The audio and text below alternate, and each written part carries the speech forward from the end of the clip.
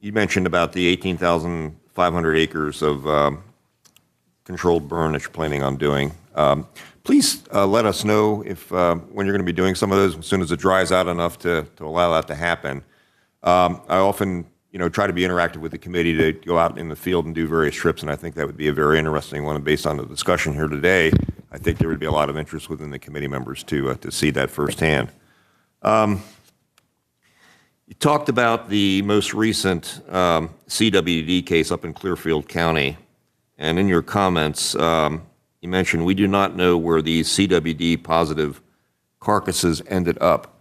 So, I mean, that's a little alarming. I think, what, do you have any, well, you don't have any idea where they ended up, but what would you like to see that you would know where they ended up?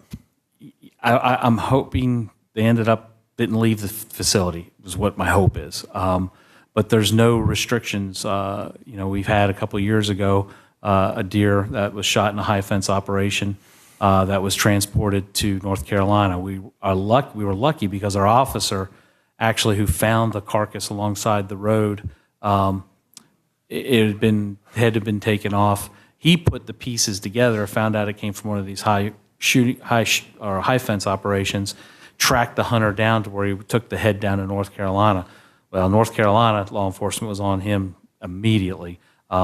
So we just don't know. We have asked Ag, now they just haven't had a chance to get back to us yet, and they may not know. It may be the hunter, again, took the head and went somewhere else, and we just don't know. So high fence hunting operations are regulated by the Department of Agriculture? Yes. Okay. All right. You mentioned you tested 6,300 deer last year. Do you guys do that testing, or where is that done? No, it's done through the labs for Department of Ag, if I'm not mistaken. Yes, Department of Ag. So there's two different types of tests. They do what we call the gold standard. It takes a long time for those tests to run. So, and they're pretty proven out to be very accurate. Okay. You mentioned also the pushback that you've received from doing the sharpshooter activities and the controlled harvest.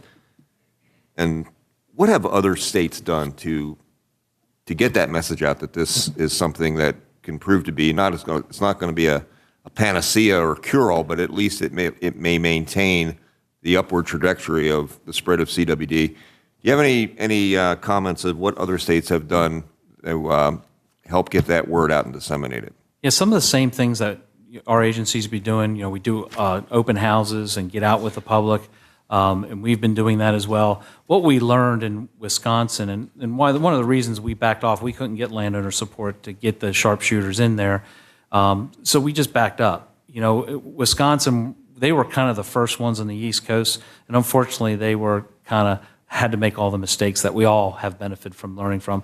One of the lessons we learned from Wisconsin is you just can't put your head down, ignore the public, and keep pushing. Sometimes you got to back up a little bit, re-engage the public. I mean, let's face it, we don't want to shoot deer. The hunters don't want to shoot deer. We had a couple hunters that were putting up the billboards and very opposed, and they said, well, yeah, we get your DMAP tags. Well, we gave them to you so you could do the shooting. Oh, we burn them. We don't want to shoot the deer. And there's going to be that challenge to us because some just don't want to shoot the deer, and I get it.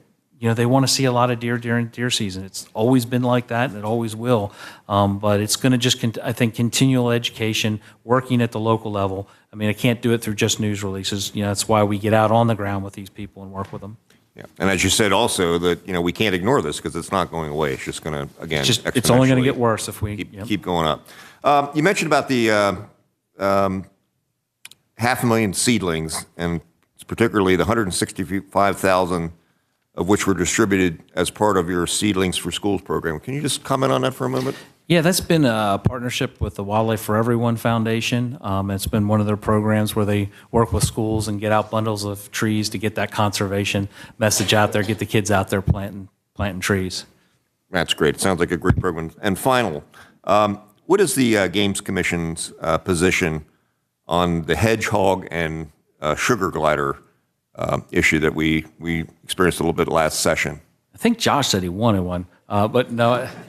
Josh, what is the official position? Yeah, we support Yeah, okay, that's what I thought. We support.